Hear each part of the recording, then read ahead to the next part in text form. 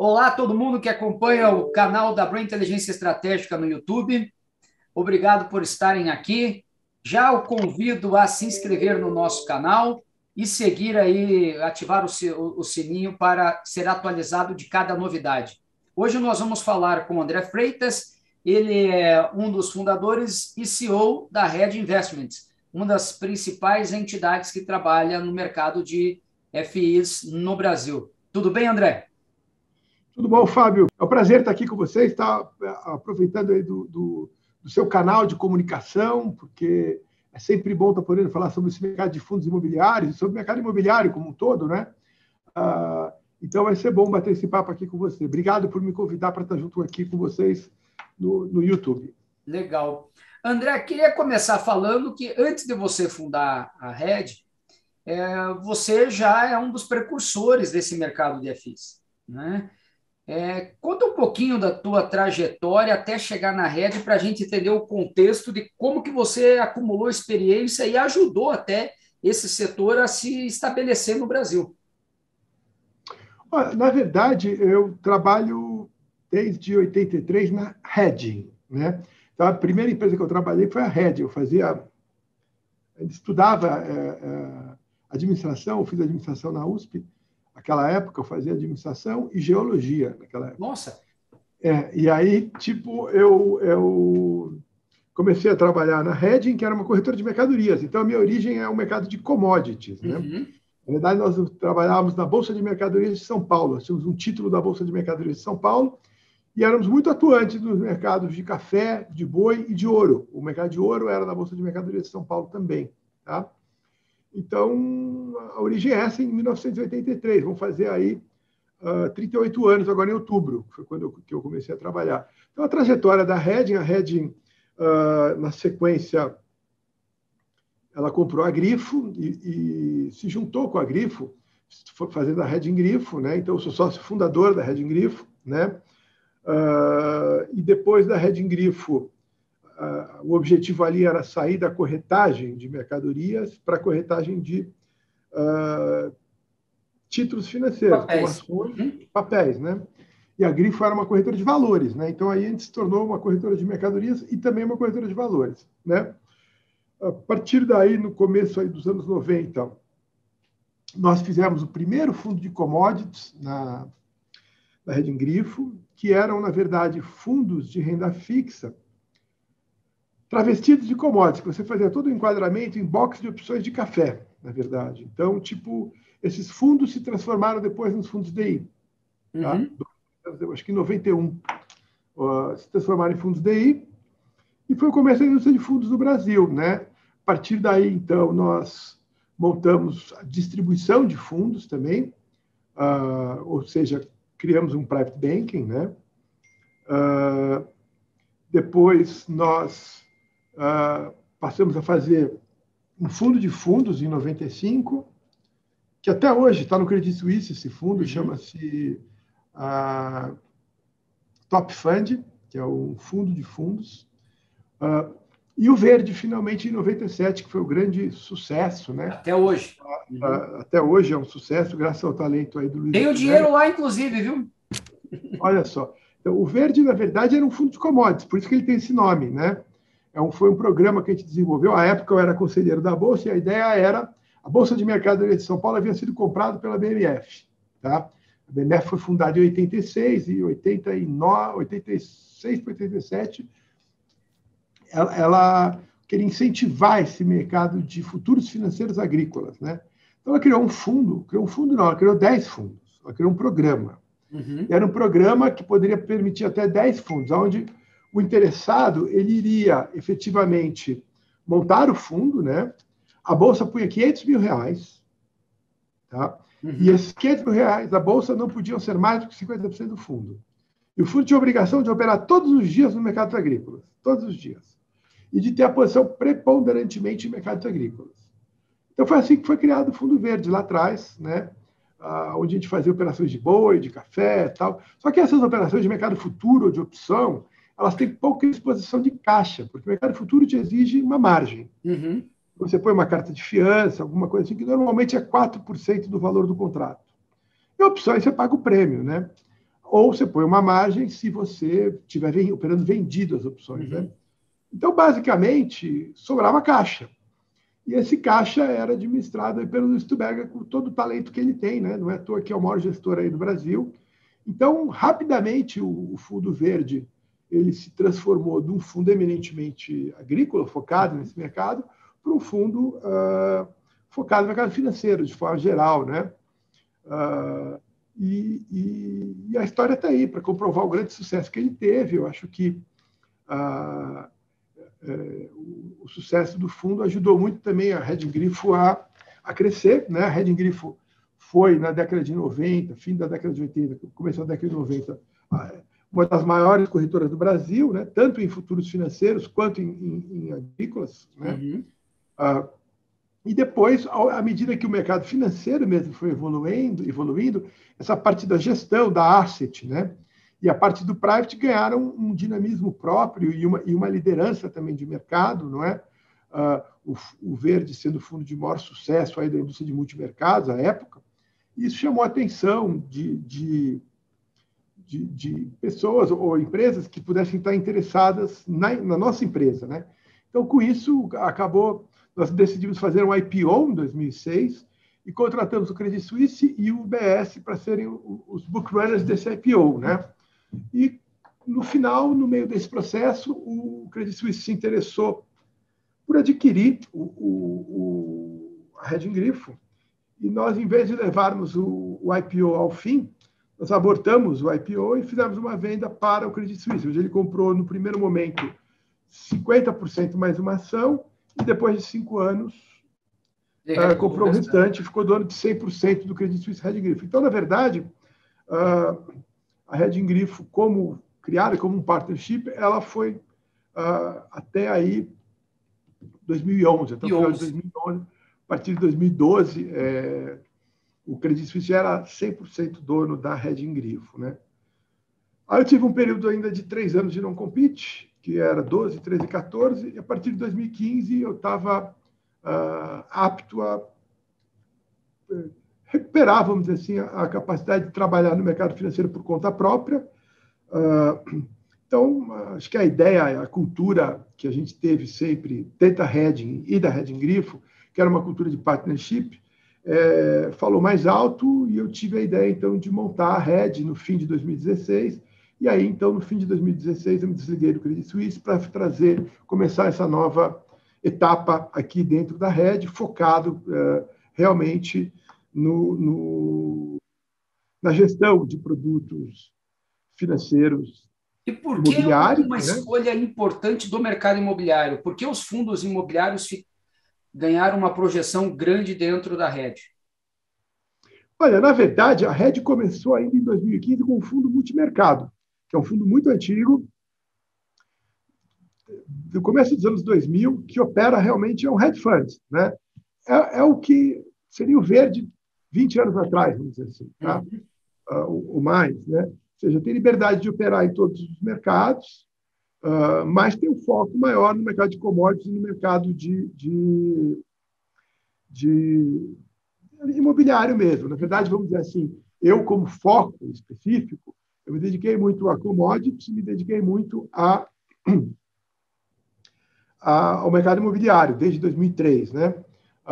Então, são 2 componentes muito fortes na gestão que eu faço desse multimercado, que chama Red Alternative Investments.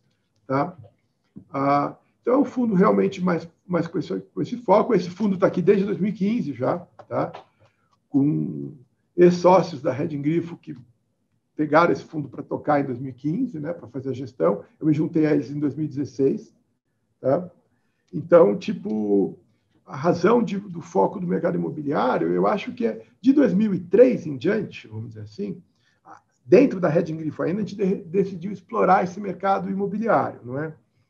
Então, nós fizemos, primeiramente, 2 produtos de desenvolvimento, que foram 2 FIPs, focados no mercado de desenvolvimento residencial. Tá? E depois, a partir de 2006, nós partimos para fundos imobiliários, fazendo a primeira oferta, a primeira emissão do HGBS, que era a Red Grifo Brasil Shopping. Né? É um fundo que hoje a gente faz a gestão e administração aqui na Red Investment. Então, basicamente, esses últimos anos da minha carreira foram muito focados em mercado imobiliário. Por isso que a Red tem uma presença tão forte do mercado imobiliário. Mas a Red, na verdade, hoje nós temos aqui 3 empresas. Nós temos 2 gestoras. Uma é a gestora que faz a gestão desse multimercado, que é a Red Alternative Investments, e a outra é a Red Investment Real Estate, que faz a gestão de todos os fundos imobiliários que a gente tem aqui na casa, que são 14. Tá? Então, e temos uma administradora, que é uma DTVM, que faz a administração de fundos imobiliários. Então, via de regra, os nossos fundos são administrados pela Red DTVM, tá? E a gente também presta serviços para terceiros. A gente faz só a administração para outros gestores, né? Tem o Parque Anguera, por exemplo, que é um fundo que a gente faz a administração e a RB Capital faz a gestão, tá? Que é um fundo que está aqui debaixo da DTVM como administrador. Então, basicamente, tem um grupo que faz administração de fundos imobiliários, tem um grupo que faz gestão do multimercado e tem um grupo que faz gestão dos fundos imobiliários. Então, aqui nesse ambiente da Red convivem 3 empresas atuando nesses segmentos. E quanto que tem hoje sobre gestão? A gente tem 8 bi, um pouco mais de 8 bi. 8 bi 100, eu acho. Disso, como é que está dividido nos principais assim, grupos, entre corporativo, logística, shopping, os principais, pelo menos, segmentos aí? Bom, como fundos individuais, vamos dizer assim, a gente tem o HFOF11, que é um fundo de fundos, tá? Ele tem um pouco mais de 2 bi, tá? Sob gestão.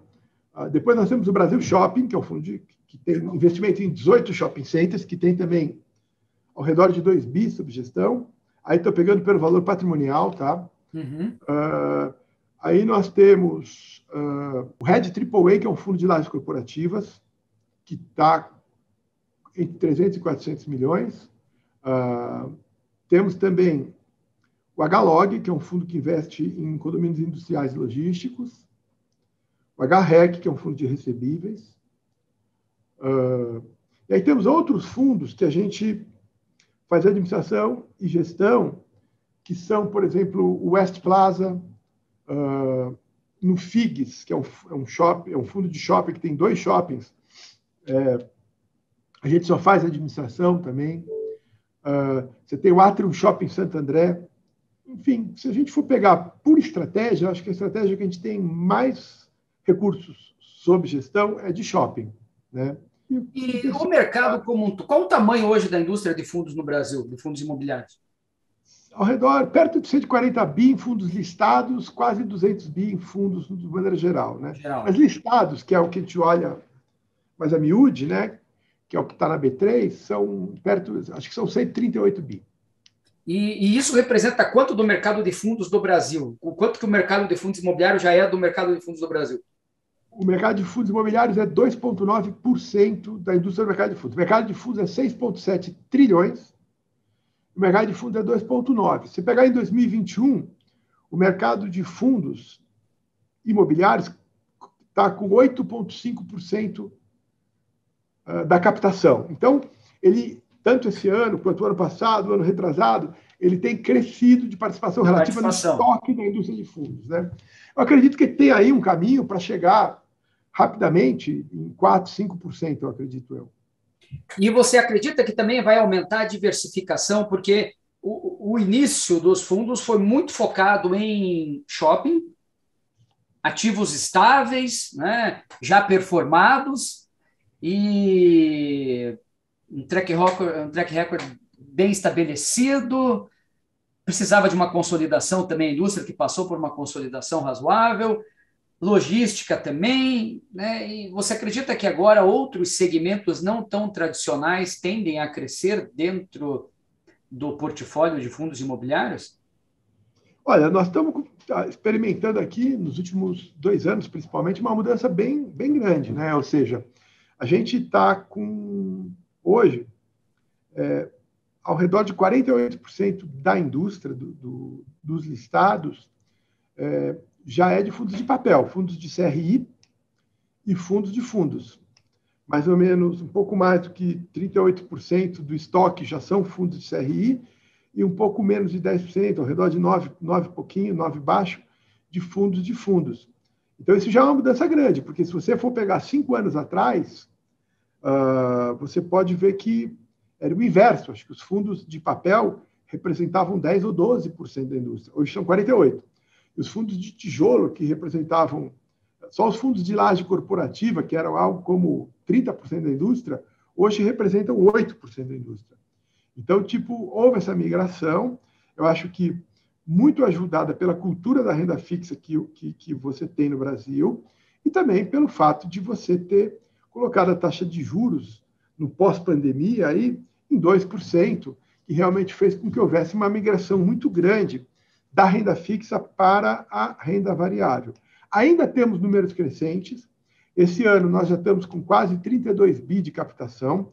Provavelmente vamos ter mais do que 40 bi de captação em fundos imobiliários. Esse vai ser o recorde. O ano passado foi 35 bi a captação de fundos imobiliários listados. E o ano retrasado... Já foi recorde também, né? O ano retrasado foi mais. 2019 foi 35,5. 2020 empatou. foi 35 e esse ano está em 31,8 e deve chegar, na minha opinião, temos ainda 3 meses e meio, né? Acho que deve chegar perto dos 40 bi. Mas com destaque muito grande, 48% da captação esse ano foi em fundos de CRI. E o que é bom para o mercado? Vamos olhar o fundo do sentido do incorporador ou do desenvolvedor imobiliário ou do operador logístico, enfim, de quem está desenvolvendo um projeto, um ativo imobiliário. O que representa esse amadurecimento do conjunto da indústria migrar fortemente para papéis? Olha, eu acho que, em primeiro lugar, você cria uma alternativa de financiamento imobiliário que não existia ou era pequena, né? Existia, porque essa indústria de CRI existe já há algum tempo, mas, vamos dizer assim, quando você fala que 48% foi em fundo de CRI, num estoque de 31,8, você pode estar falando aí que 15,5 bilhões foram destinados a financiamento imobiliário, ao mercado de recebíveis. Então, é uma alternativa de crédito imobiliário que não estava presente, que hoje está presente. Eu acho que isso é importante para diminuir. Vamos lembrar que grande parte do crédito imobiliário vem justamente da poupança, que, de certa forma, é um juro, uma fonte de recursos privilegiada em termos de custo, né? E que o mercado fica com mais opções agora para projetos que não se enquadrem dentro de um financiamento via o crédito imobiliário tradicional, usando recursos da poupança. Então, você cria mais alternativas. Acho que essa é a grande importância. Fora que você também, tirando não só os de recebíveis, mas pegando o mercado como um todo, você tem aí alguns estudos que apontam que mais do que 50%, perto de 65% das grandes transações envolvendo condomínios logísticos, shopping centers e prédios corporativos com mais de 20 mil, ou mais de 30 mil metros de ABL, mais de 2/3 deles, ou quase 2/3 deles, ou ao redor de 60%, passaram por fundos imobiliários. Então, na verdade, é uma forma de você fazer com que o varejo acesse produtos que ele não estava acostumado a acessar. Você não tinha um instrumento como o fundo imobiliário permitindo que um pequeno investidor, e esse mercado é formado principalmente por pequenos investidores, tá? Que um pequeno investidor pudesse estar investindo numa propriedade como um shopping center, ou um condomínio logístico, ou um grande condomínio comercial, prédio comercial, AAA, nos melhores pontos da cidade. Você sempre pôde, por exemplo, participar via ações, né? Você podia comprar ações da Multiplan, ou da Iguatemi, ou da Aliança Sonai, ou da BR Malls, na Bolsa, ou comprar participação em propriedades através de uma property, como a São Carlos, como a BR Properties, a CCP, enfim, alternativas via mercado acionário você tinha, mas não diretamente, né? Como é o caso que você tem hoje. Então, na minha opinião, democratizou muito o acesso aos bons imóveis, né? Com isso, você sabe que o imóvel é uma parte muito importante da poupança da previdência, aquela poupança que visa a previdência, visa a aposentadoria, visa realmente a busca de uma renda pós aquele período mais ativo do cidadão como trabalhador. E você encontra um componente muito importante dentro dos fundos imobiliários para oferecer realmente o acesso a imóveis que têm efetivamente uma capacidade de lhe trazer renda continuada por muitos anos, o que é a característica do mercado imobiliário, contando com gestão profissional, que vai estar efetivamente se preocupando em fazer a reciclagem desse portfólio e principalmente com um tamanho do investimento que é adequado a qualquer bolso, porque você pode comprar uma cota, que são R$100,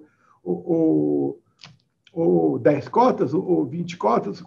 Quando você procura um investimento imobiliário para você fazer um investimento financeiro, mesmo com essa visão de poupança, visando uma aposentadoria, você vai comprar o quê? Um apartamento pequeno, uma kitnet ou uma sala. Quanto vai custar? Vai custar, no mínimo, 150 mil, 200 mil reais. Né?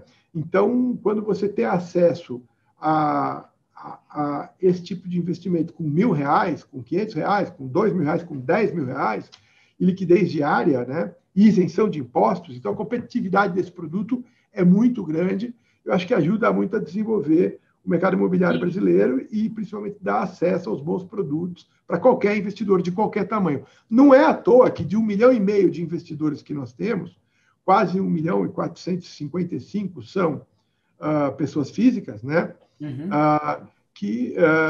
Não é à toa que grande parte desses, eu diria para você que 80%, até um pouco mais, 82%, 83%, investem menos do que R$50 mil. Com R$50 mil você não compra uma sala comercial. Com R$50 mil você não compra uma kitnet. Me fizeram uma pergunta numa reunião, num debate esses dias do mercado imobiliário, em que eu estava apresentando os resultados de financiamentos acumulados do SBPE e do FGTS até o final de julho de 2021, e o mercado já está apontando claramente para um recorde, né, de financiamentos imobiliários e do mercado residencial. E você comentou, falando do CRIs, que é uma fonte a mais de financiamento. O quanto hoje os papéis de fundos imobiliários representam do crédito de apoio à construção do sistema financeiro tradicional? Existe esse número já? Se nós colocarmos SBPE de um lado e os CRIs e outros papéis do outro, né? E isso somasse 100%, o quanto já representa? A maior fonte de financiamento do mercado imobiliário é a poupança. Sim. Se eu não me engano, ela contribui com perto de ao redor de 700 bilhões. Tá? Se você pegar os fundos imobiliários, o estoque acaba sendo da ordem de 140 bi, né, listado. Mas isso para todos os segmentos, né? Para todos os segmentos, Então, se você pegar só os de CRI, você vai estar falando em algo como 55 bi, né? Então, ainda a poupança acaba sendo uma fonte muito maior. 90% do mercado ainda, né? Fora do... Mesmo porque aí você ainda tem LCI, tem LIG, tem outros que não estão em bolsa, né? Que dá mais uns 60 bi. Então, o Secov tem esse número. Eu vi esse número recentemente, que realmente até procurei aqui para ver se eu achava, mas eu não achei. Mas esse número foi apresentado pelo Secov há menos de um mês. Eu acho que o setor inteiro tem perto de 900 bi, sendo que a grande fonte de financiamento é a 750 bi, mais ou menos, é a poupança e 150 aí o resto os outros... LCI, CRI, fundo imobiliário mesmo, de certa forma, também é. E quem é que capta? Quais são as vantagens de uma empresa, um incorporador que está nos assistindo lá no interior de São Paulo, ou no Nordeste, ou em Goiânia, falar quais são as vantagens de eu ir a um fundo captar e não usar o bancão aqui tradicional, seja ele qual for? Tem períodos em que você vai estar tendo acesso a um financiamento bancário em uma condição superior ou melhor do que você Quando se diz condição, é principalmente uma taxa menor. Exatamente, né? Eu acho que Basicamente é isso, a gente tem que olhar sempre os dois e muitas vezes você complementar. Nós estamos vivendo um período onde a taxa, como eu falei, foi a 2% no ano passado, né? E agora caminha para 8% no final desse ano, creio eu, tá? Então, eu acho que o que você conseguisse no mercado de CRIs, vamos dizer assim, ou mesmo lançando um produto e captando equity com os investidores via fundo imobiliário, sem dúvida, em algum período foi muito mais competitivo, talvez hoje não esteja tão competitivo quanto estava 6 meses ou um ano atrás, mas eu acho que o incorporador ele tem que procurar sempre as alternativas de financiamento, analisar todas que estão disponíveis, né? Então, seja um plano empresarial, seja um CRI, seja levantando um fundo imobiliário e fazendo uma captação de equity, eu acho que todas essas alternativas podem até estar presentes no mesmo projeto, de repente, dependendo do projeto. Então, mas, de qualquer forma, são recursos que você canaliza. Eu acho que, vamos dizer assim, o recurso do investidor, via a poupança, estava disponível para financiar imóveis, né? Hoje você pega um outro recurso que não estava disponível, porque não estava na poupança, e que efetivamente não era usado para isso, e agora é usado. Então, mais uma alternativa de financiamento. É mais ágil? É mais rápido para a contratação, por exemplo? Aí vai depender sempre do limite que você tem no banco, do teu relacionamento com o seu banco, né? Eu não sei dizer se é mais ágil. Claro, né? Depende naturalmente da relação que você tem tanto com o banco quanto do teu histórico, de quão certinhas estão as suas contas, né? E os seus balancetes para aprovar mais rápido também. Mas enfim, dá mais flexibilidade, né? E envolve eventualmente a gente ouve muito aí no mercado um processo de, em especial em empreendimentos que eventualmente são um pouco mais arriscados e, portanto, também trazem oportunidades de rentabilidade e de colocar projetos diferentes e diferenciados no mercado, uma maneira mais rápida de se alavancar, né? Eventualmente também você acha que pode ter isso? Eu acho que sim, eu acho que pode ter sim, sem dúvida. Queria também perguntar uma coisa que as pessoas me levantaram. Durante a pandemia, o mercado foi resiliente de fundos, as pessoas permaneceram, elas saíram, elas se agitaram. Acontece como na bolsa, as pessoas começam a ficar com medo e daí saem. Qual foi a leitura? Porque nós tínhamos há 3 anos atrás menos de 200 mil investidores, hoje são 1,5 milhão. Então, nós simplesmente era um mercado minúsculo, é um mercado gigantesco de aplicadores na ponta, né? Como é que esse 1 milhão de investidores que não conheciam o mercado reagiu durante a pandemia, flutuação de taxas, mercado secundário precificado diferente em relação a valor patrimonial, né? Como é que foi isso? Olha, no primeiro momento, você dá aquele pânico, né? Tanto com o mercado de bolsa quanto o mercado. Você teve, não só no mercado, até no mercado de renda fixa também. Você teve fundos de renda fixa com resgate, fundos de renda fixa com cota negativa ao ano passado, né? Então, o mercado se desorganiza quando surge um evento dessa natureza, assim. Um evento como esse, né? Um evento que realmente não é usual, né? Ocorre uma vez a cada 10 anos. Né? Então, o mercado se desorganiza e depois passa a se organizar à medida que, vamos supor, os órgãos reguladores, a autoridade monetária começam a estabelecer o novo normal desse mercado ou a tentativa de normalização desse mercado. No caso aqui, o que aconteceu foi o seguinte, como você sabe, o Brasil tem um componente de juros altos muito arraigado dentro da nossa cultura, não é? Então, o brasileiro, ele tradicionalmente, ele é um investidor de renda fixa, né? O componente de renda variável, principalmente ações ou fundos imobiliários, no portfólio do investidor brasileiro, proporcionalmente, ele é mais baixo do que em outros lugares do mundo que não tem esse componente, não conviveram por tanto tempo com uma inflação muito, muito alta e, portanto, tem um peso maior em renda variável e em instrumentos de mais longo prazo, de retorno de mais longo prazo. Então, a partir do momento que o mercado começou a se reorganizar, vamos dizer assim, a partir do segundo trimestre, do fim do segundo trimestre, e pôde tomar pé do real estrago que a pandemia trouxe para a economia, né, principalmente pela paralisação das atividades, o mercado foi se reorganizando e a reação do Banco Central de tentar jogar as taxas de juros, fazer uma política monetária bem acomodativa para evitar realmente o máximo de falências,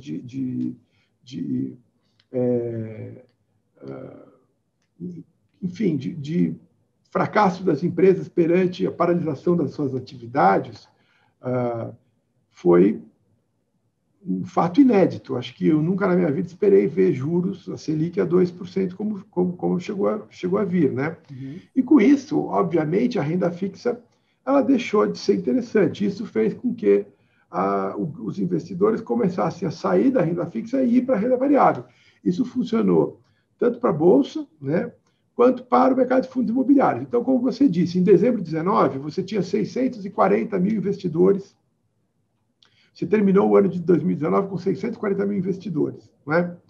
E você chegou agora em 1.462.000 investidores.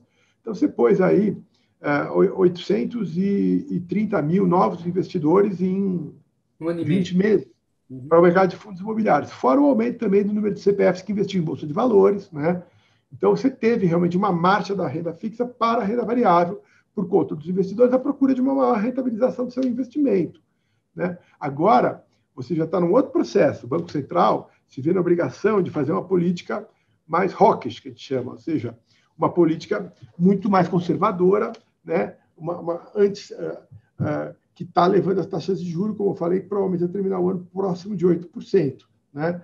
Então, com isso, você deve ter, e já nesses últimos 2 meses já se percebe, um pouco mais, uma redução dos novos entrantes, tanto nesse mercado quanto no mercado de bolsa, né?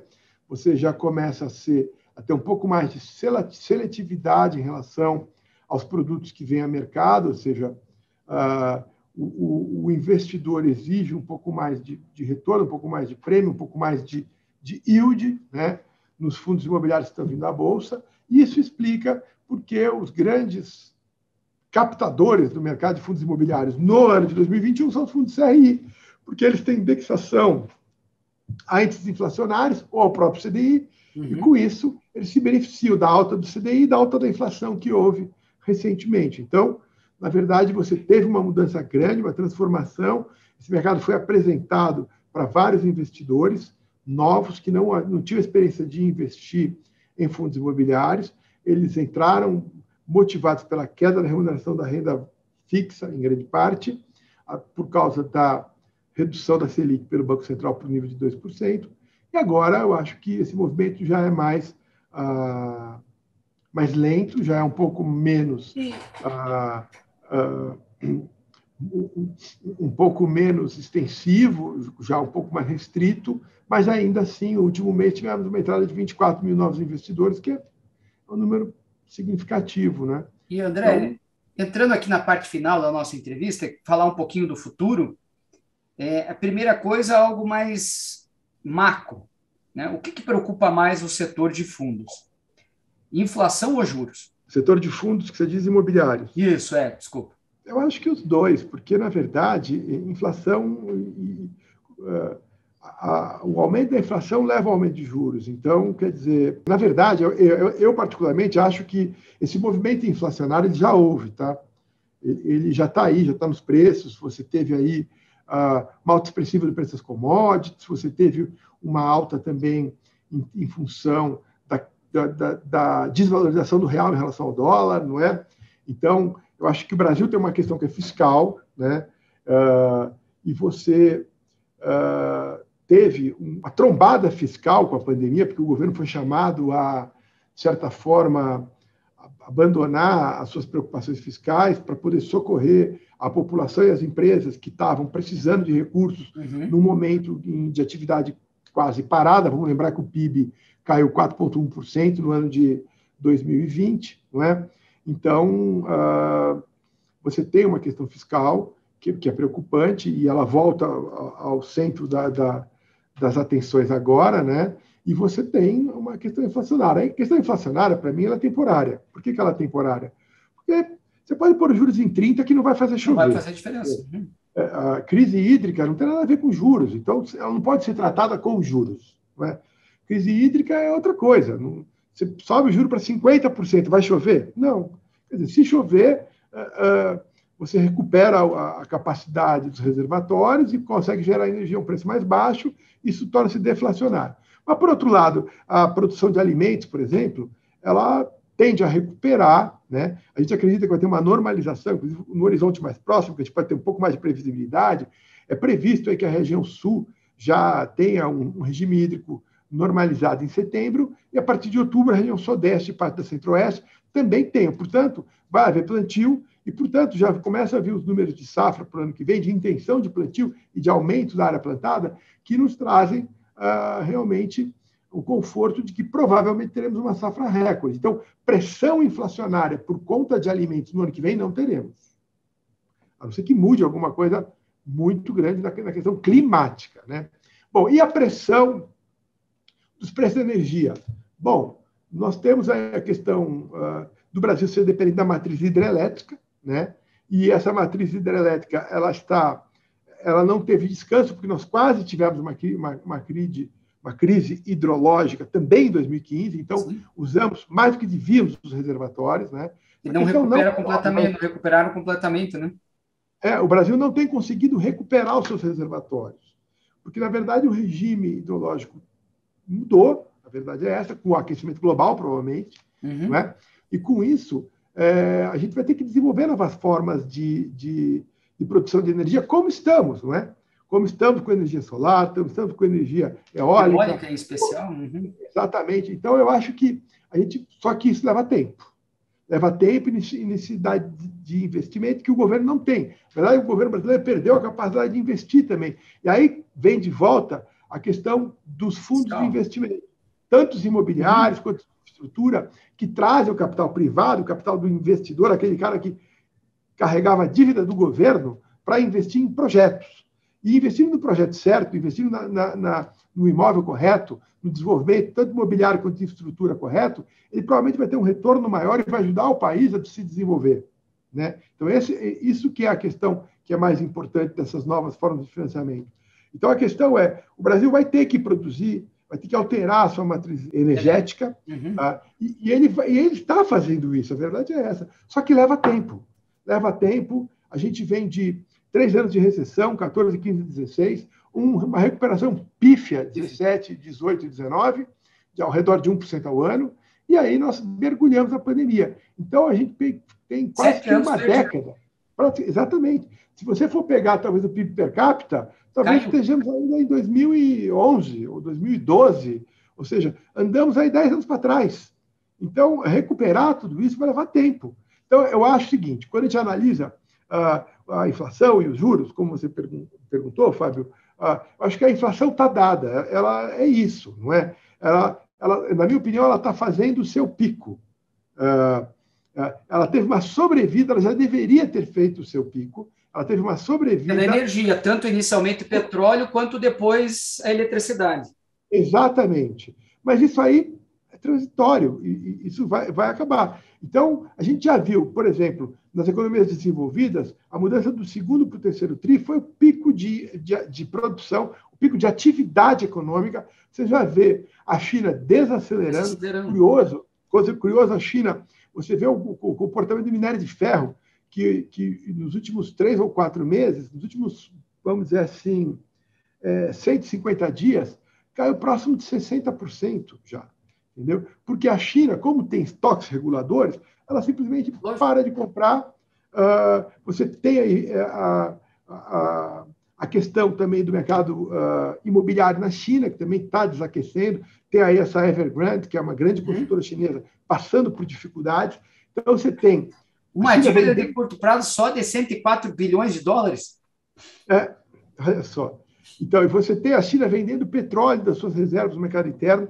Então, quer dizer, eu acho que existem vários componentes de controle de atividade econômica e cada um usa a sua ferramenta. É óbvio que numa economia centralizada como é a da China e que tem construído ao longo dos anos estoques estratégicos, ela consegue agir dessa forma e derrubar preços, como fez no no minério de ferro e no mercado de aço, né?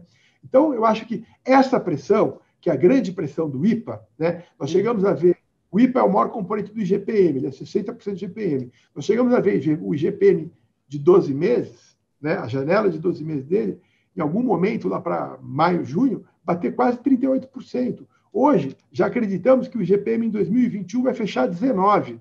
A projeção da Focus para o IGPM de 2022 fechado é ao redor de 5%.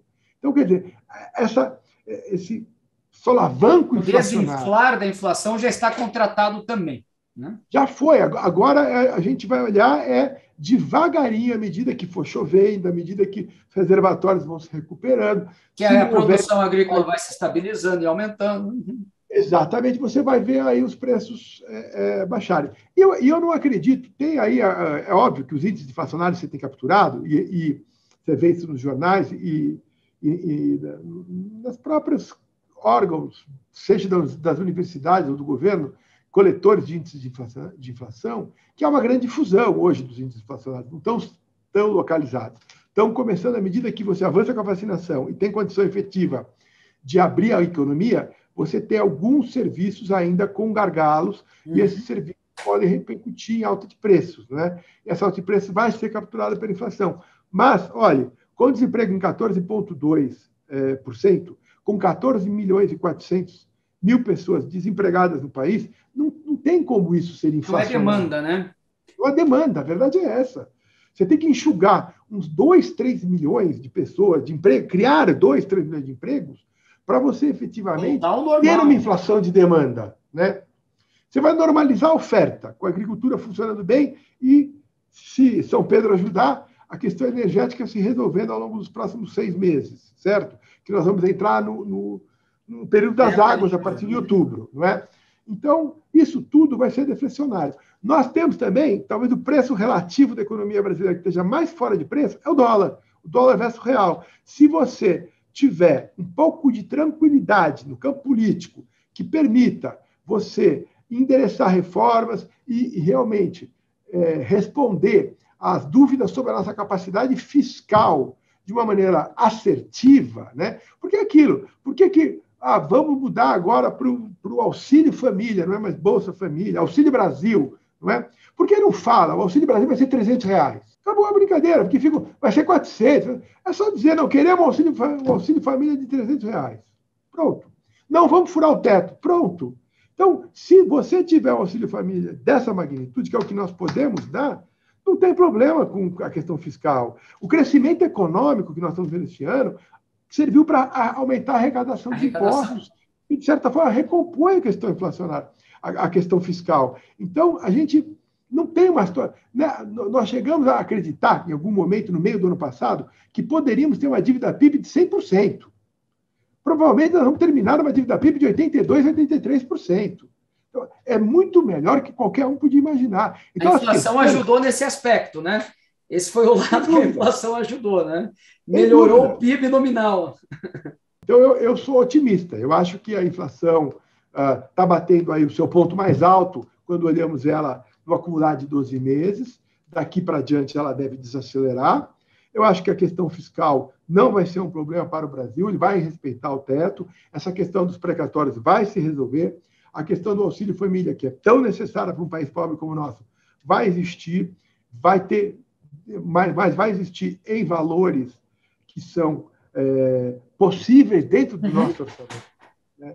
Dentro da limitação de recursos que o governo brasileiro tem, e acho que com isso a gente cria condições para ter um 2022 melhor e sinceramente, para quem viveu os níveis inflacionários que nós vivemos na década de 80, e mesmo no começo dos anos 90, antes do Plano Real, eu acho que se a gente estabilizar, né, com uma inflação, quando eu falo estabilizar, é daqui a 12 meses, ou passado esse no conceito americano ou europeu, né, que olha menos o ano calendário e mais a tendência, né? Se a nossa realidade for uma inflação de 5%, 6% e juros de 8%, o Brasil cresce. Para o Brasil, é produtivo. E para a nossa indústria aqui, como você perguntou também há pouco, vamos dizer, produtos estruturados, não só os fundos imobiliários, como os fundos de infraestrutura, como também o recém-criado FIAGRO, Eu acho que a gente tem condição de aumentar a participação desses fundos, desse segmento da indústria de fundos, né, dentro do total da indústria de fundos do Brasil. E acho que os investidores vão se beneficiar disso. E a última pergunta, em 2022, vamos passar 50 bi de captação? Olha, eu acho que a gente tem condições de passar 50 bi de captação dentro do salário inflacionário que eu prevejo, que é uma inflação se acomodando, começando a retornar, né? O grande desafio do ano que vem é que essa alta dos juros que está se vendo hoje vai aparecer o ano que vem via diminuição no crescimento do PIB. Não sei se você viu hoje, mas algumas casas bancárias, por exemplo, o JP Morgan reduziu a previsão do PIB para o ano que vem para 0,9. Então, realmente, você tem um custo isso, né? A gente vai jogar o juro a 8? Vamos jogar o juro a 8, ok. Porque a inflação foi 8? Foi, de uma maneira momentânea, vai bater 8, a inflação bateu até mais, né? Vai bater 10, provavelmente. O IPCA de 12 meses, quando setembro for fechado, né? Portanto, de outubro 20 a setembro 21, provavelmente vai ser 10%, ou 9,9% ou 10,1%, né? Mas esse vai ser o pico, e a partir daí começa a cair. E eu acho que o custo de você fazer esse catch-up, né, vai ser o crescimento do ano que vem. O crescimento do ano que vem, né? Mas aí, pensa bem, vamos supor que isso ocorra de fato, e você chega assim, a perspectiva de 12 meses da inflação ao redor de 5 ou 5,5, né? Um juro contratado a 8, né? E um crescimento de 1. Nesse cenário, provavelmente fundos imobiliários vão captar 50 bi. Que bom. André, agradeço muito a tua participação. Dá para a gente fazer um outro programa aqui falando só sobre questões econômicas, reformas econômicas e como é que a economia impacta, as decisões macro aí impactam a economia, porque o teu conhecimento aí de 40 anos de mercado financeiro e de commodities, que é algo que para o Brasil é fundamental para entender a dinâmica de longo prazo do Brasil, né?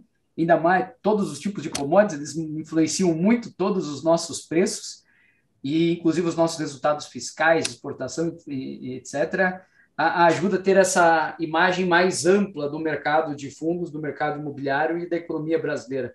Muito obrigado, viu? Eu que agradeço a você, Fábio, e a Abre Inteligência Estratégica pela oportunidade de estar aqui falando com o seu público aí no YouTube. Legal. Muito obrigado.